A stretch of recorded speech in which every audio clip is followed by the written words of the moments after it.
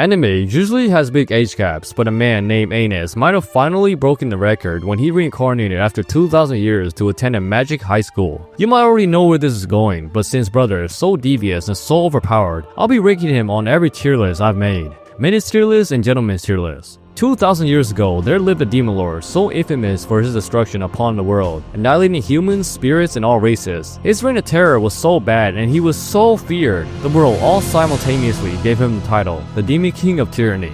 He in fact killed so many people and got so tired of killing the immortal hero, he decided to do it himself by offering himself and creating world peace through his death. Yes, bro was that bad that the only way the world could have peace was for him to not exist at all. In the demon world though, the demons who were his followers still existed and were all eagerly awaiting the Demon King's resurrection. This white-haired girl named Misha was heading to school. She was being cheered on by her parents. Now Anis is also here. His parents are also very doting. Misha doesn't know it yet, but she's his first kin. I'll reveal more about her as we continue. Misha Necron. Say, you're a freshman, right? Perfect. The two both have their parents here, but this fatherless guy didn't really like seeing happy families, so he started talking smack. He got completely ignored though and had his ego hurt, so Anis turned back and said he didn't notice him due to how weak his magic was. Dude then tried pulling out some magic to attack Anis, but Anis just blew them out. Bro's zesty self started losing it, only to start having a mental breakdown when Anis commanded respect. He didn't learn his lesson, so he showed up to the entry duel against Anis. Anis tried using his voice, but it didn't work, cause this dude was wearing plate armor.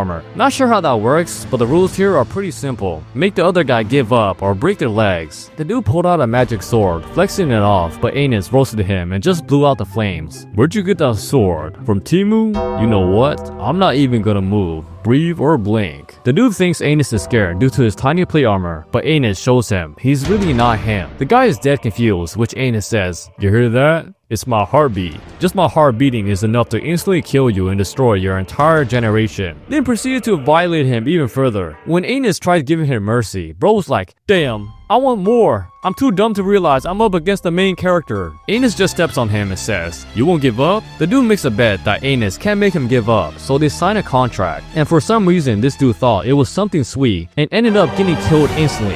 Anis realized since the dude died, he didn't really give up, so he brought him back to life. Everyone was confused, but since dude didn't want to give up, Anis killed him again and explained that, "Alright little bro, we're gonna keep doing this till you admit defeat." Anis continued to kill him over and over. The dude becomes completely traumatized, and as Anis is about to kill him, he grovells and gives up. Everyone is now taking their magic exam. Most people got a pretty good score, but Anis was so weak and definitely not strong. His score was 0, and the crystal broke. The dude made sure to point out the obvious, and then later had a dramatic exam, answering questions about Anis. Anis was heading back, but found this chick waiting for him. He's confused, but said, "Hey, let's go play Genshin Impact at my place," and took her hand and teleported her to his house. This way of traveling was not normal, but that wasn't what surprised Misha. She was more surprised that bro doesn't live in a basement. His mother greets him and says she's so proud of her 1-month-old son, which is, what? He's 1 month old?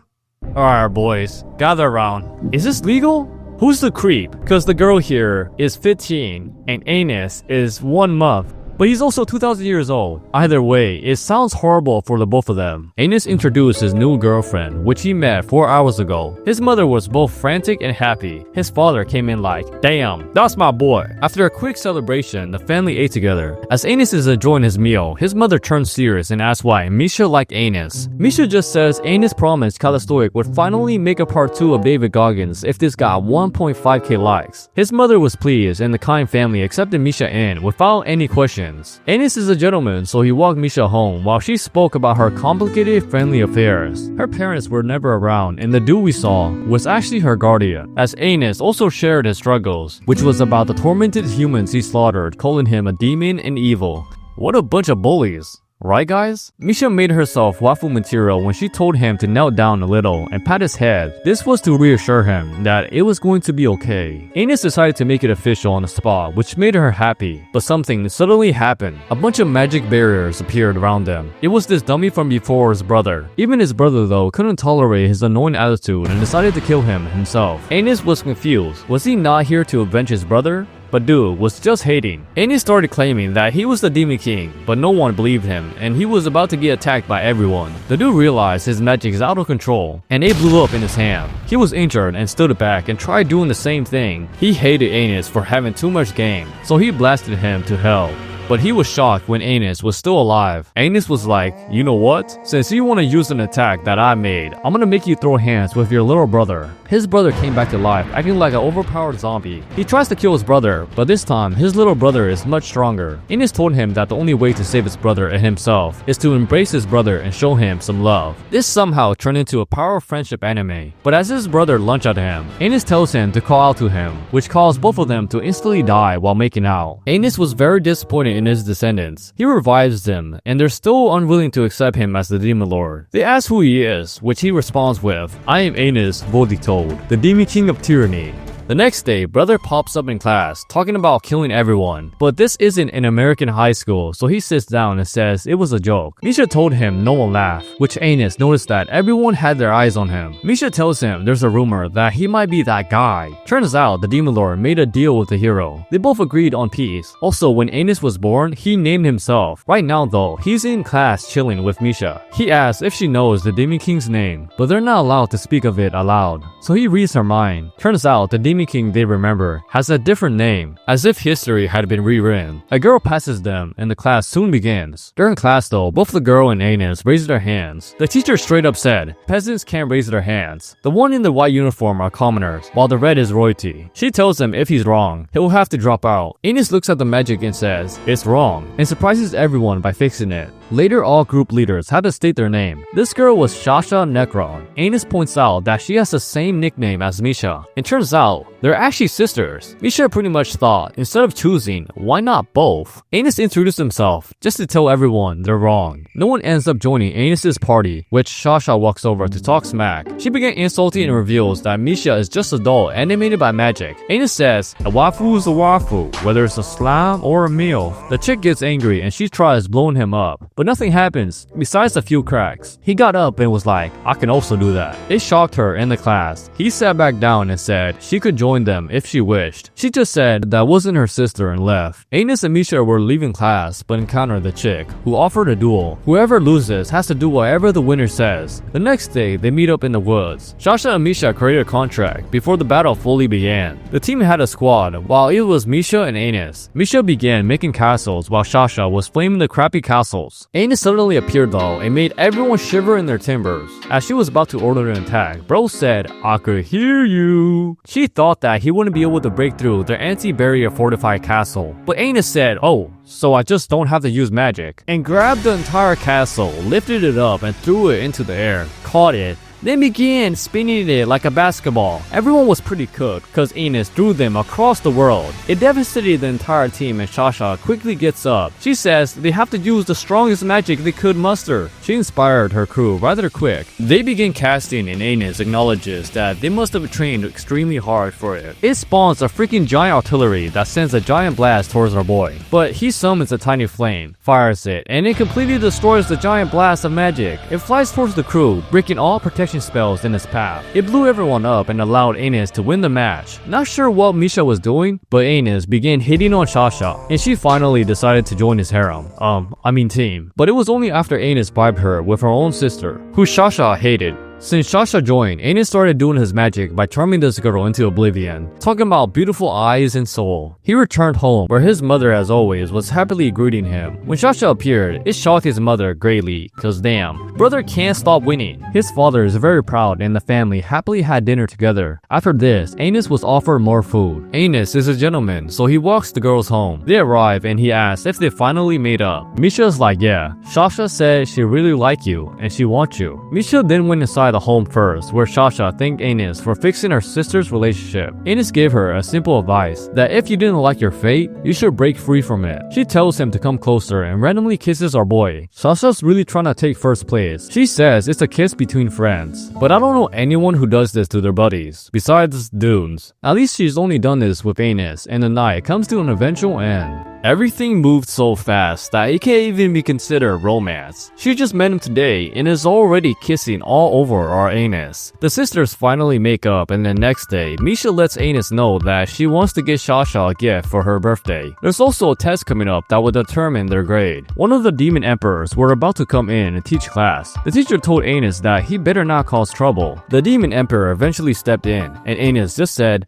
"Hey, what's up, homie?" The dude becomes confused and Anus tries to jog his memory, but even with magic, the guy couldn't remember him. The demon emperors used to serve under Anus, but it seems something happened. Anus lets him off and they later spoke after class, where the guy said he legit forgot everything. He says his master, the Demon King from 2,000 years ago, is named Anos Escobar instead of Anus Voltitold. The dude doesn't trust anyone named Anus and doesn't believe a word anything coming out of Anus, then walks off. The teacher approached Anus and told him to give this dropped item back to the white-haired scum, which Anus does. Everyone here treats commoners like crap and the royals look down on all hybrids and misfits. When Shasha's gang tries talking crap about Anus, Shasha threatens them and says it's over. She's actually a good girl. They arrive at the testing area where they have to raid a dungeon to get a perfect score. They're supposed to retrieve an item actually, but Anus just stands there like, "We don't need a rush. I've played these games before." She tells Misha she can give Shasha a gift when they get to his treasury. He finds out though Misha and Shasha share the same birthday. They're twin sisters. Also ayo, Misha was 14? Hey, that is diabolical. But Shasha points out that this is a dead end. Anus says, "Don't you see this door in front of you?" And just freaking walks into the wall. It was a hidden passage, at least he claims so. He shows them down this hall. It leads to this area. Then they got to this massive door. The girls panic, realizing it has anti-magic. Oh no! Anus just opens it with his bare hands. Shasha is excited about the staff while Misha follows Anus into a room where she picks out the present she wants to give Shasha. She picks out a red phoenix coat, then took a look at a magic ring. "Go ahead, take it. It's your birthday as well." Misha didn't want anything though, and they left the room. Shasha was really surprised to get a present, and she seemed really happy. But since the girls were changing, Anus gave them some space, only to return to find Shasha looking crazy and Misha on the verge of death. She had been stabbed. Shasha betrayed them, and this was all her plot to get a perfect score. Not sure if it's worth it, and it doesn't really make any sense, but when Anus pointed out that she's faking her betrayal, she tried attacking him only to fail. Her using a hostage also didn't work, so when Misha woke up and told Anus to stop, Shasha sprinted off while looking stressed. Anus asks Misha for the truth. She reveals that when she turns 15, she's going to disappear because she'll become too old for Anus, who's 2,000 years old. Misha says she's not just a doll. She's actually a part of Shasha. Their souls were split at birth, so Misha never even existed. She had accepted her fate to disappear. She thanks Anus for the memories, but he suddenly hugs her, then tells her everything is going to be okay. Have hope. She agrees and they end up trapping Shasha. Misha wants to make up, which makes Shasha angry. "Do you hate me, Shasha?" Shasha doesn't answer and instead makes a wager. She creates a complicated magic circle and Anus has to figure it out. He easily does because he's him. Shasha didn't really want to tell Misha how much she actually cared about her whole life. She had been trying to figure out a way to save her sister from her cruel fate. The magic around them activates and the only way to activate it is for Misha to reject her, and Shasha will be able to give her life to Misha. "Listen up, you doll. I've always hated you. Every time I looked at you, I'd run to the bathroom to vomit." She activated the magic, but it ends up disappearing into nothingness. Misha just couldn't hate Shasha and knew that she loved her a lot. Shasha didn't really understand this, but as Misha accepted her fate, Anus says, "Nah, I'm not gonna choose between y'all. I want both. Both of y'all deserve to live. I'll send you back to your past and duplicate your souls so you can merge them together and live together happily." Anus suddenly gets stabbed though. It's his old subordinate. It was his plan all along to use these girls to summon his master, the Demon King.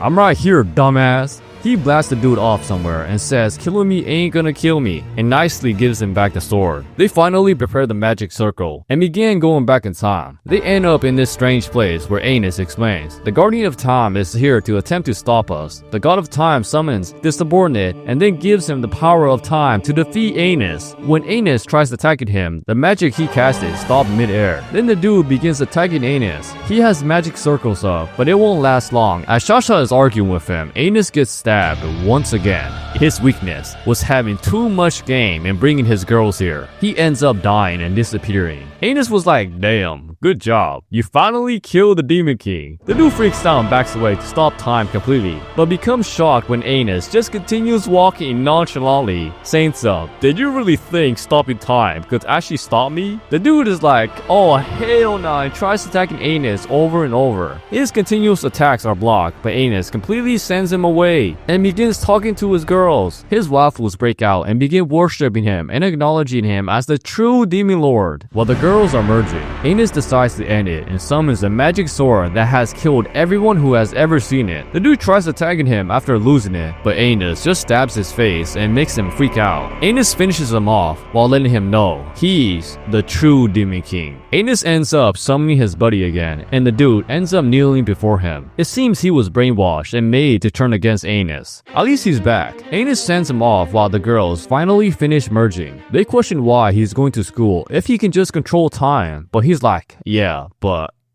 I like him young. The girls are happy and Anus gives Misha a birthday gift. It's a ring celebrating their bright future. The crew went back and had dinner at Anus's place. But if you guys want to see part 2 of this series, calm me down. Yes, I sometimes don't do part 2 because it doesn't do as well as part 1, but hey, for the boys.